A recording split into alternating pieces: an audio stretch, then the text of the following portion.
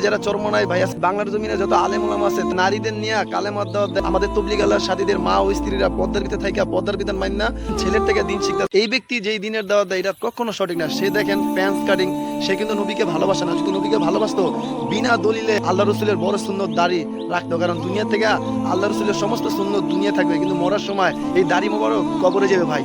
আপনি দেখেন এই ফেসবুক তহিদ যেই নারীদের নিয়ে কালেমার দাওয়াত দেয়, ওপেনলি মানুষের সামনে যে পর্দার বিধান বাদ দিয়া এই ব্যক্তি যেভাবে দাওয়াত দেয়, যে যারা চরমনায় ভাই আছে দিনের দাওয়াত দেয়, তার মা বোনরা ঘরে থাকে। বাংলার জমিনে যত আলেম ওলামা আছে তাদের মা বোন পর্দার ভিতরে থেকে দিন শিখতেছে, দিনের ব্যাপারে জানতেছে। আমাদের তবলিগ আল্লাহর সাথীদের মা ও স্ত্রীরা পর্দার ভিতরে থেকে পর্দার বিধান মান্য না ছেলের থেকে দিন শিখতেছে, বাবার থেকে দিন শিখতেছে, স্বামী থেকে দিন শিখতেছে। অন্য কোনো বেগানা পুরুষের সামনে যায় দিন শিখে যাবে না। এই ফেসবুক তুই কোন আল্লাহর দাওয়াত দিতেছে, কোন দিনের দাওয়াত দিতেছে। বোন রে আজীবন দুনিয়া শুরু থেকে এই পর্যন্ত পর্দার ভিতরে থেকে মা বোন রে বাবা মা ছেলে বাবা তারা দিন শিখাইছে। বেগানা পুরুষের সামনে যাওয়া যাবে না। এই কোন আল্লাহর দাওয়াত দিতেছে? পর্দার বিধান বাদ দিয়া অপিনিয়া বলে কালেমার দাওয়াত দিবে।